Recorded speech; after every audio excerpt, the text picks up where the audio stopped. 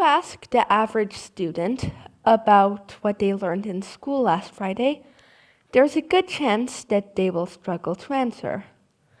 But ask that same student about the plot of a movie they watched or a book that they read 3 months ago, and they can tell you every detail. Why is that? Why do we tend to remember stories, but tend to forget facts? I don't think it's because facts are boring. I think it's because facts are often not delivered in an interesting way. A textbook usually gives you information directly. This happened. This is what it means. This diagram will explain this concept.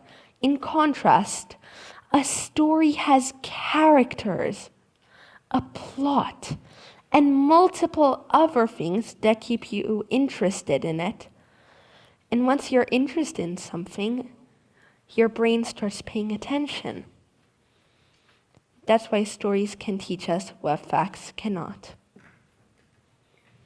When I was around 8.5 and interested in science fiction, I read a book about space where I saw pictures of rovers. Now, in case you do not know what a rover is, they are remote-controlled robot vehicles that scientists use to explore other planets. And I remember just staring at that image, thinking, someone built this thing, sent it millions of miles away, and it is out there right now, rolling around on another planet. That's already a story.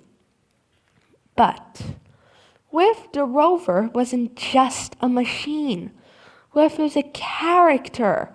What if it could travel to other planets and have actual adventures there? That's how my character Isa was born.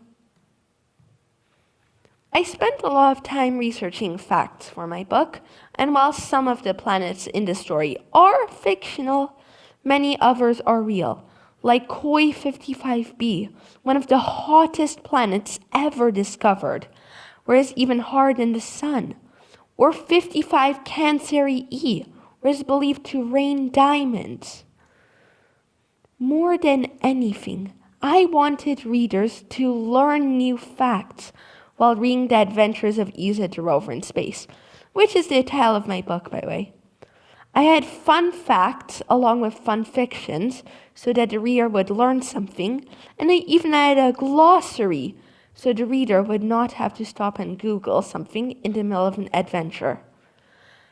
The plot, though, is from my imagination, but the settings are inspired by places I visited, such as the Roman Colosseum. And when I heard back from kids who read my book, I was thrilled to find out that they actually enjoyed the facts inside the fiction.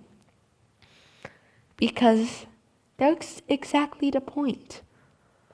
They encouraged me to keep writing, and I am proud to announce that my second book is almost in stores and online, and my third book is currently being published now, inspired by the places I visit and the things that I learn in my daily life. Books have always been a big part of my life. Honestly, I've always preferred them over toys. So when my friends had birthdays, I would give them books as gifts. But I wanted to do more.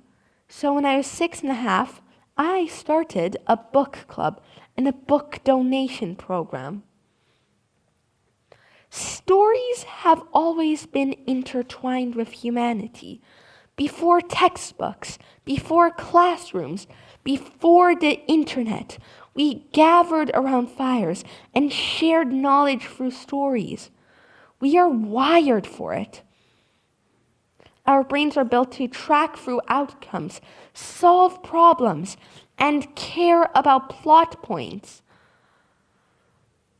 So, if you're a student who finds it hard to stay interested in a subject like history, biology, astronomy, know that there is almost always a story version of what you are learning.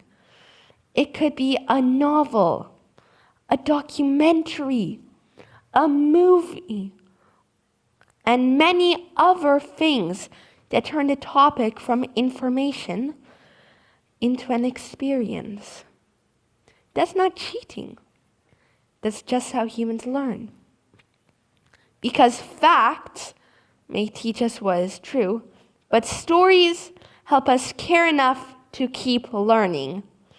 Thank you.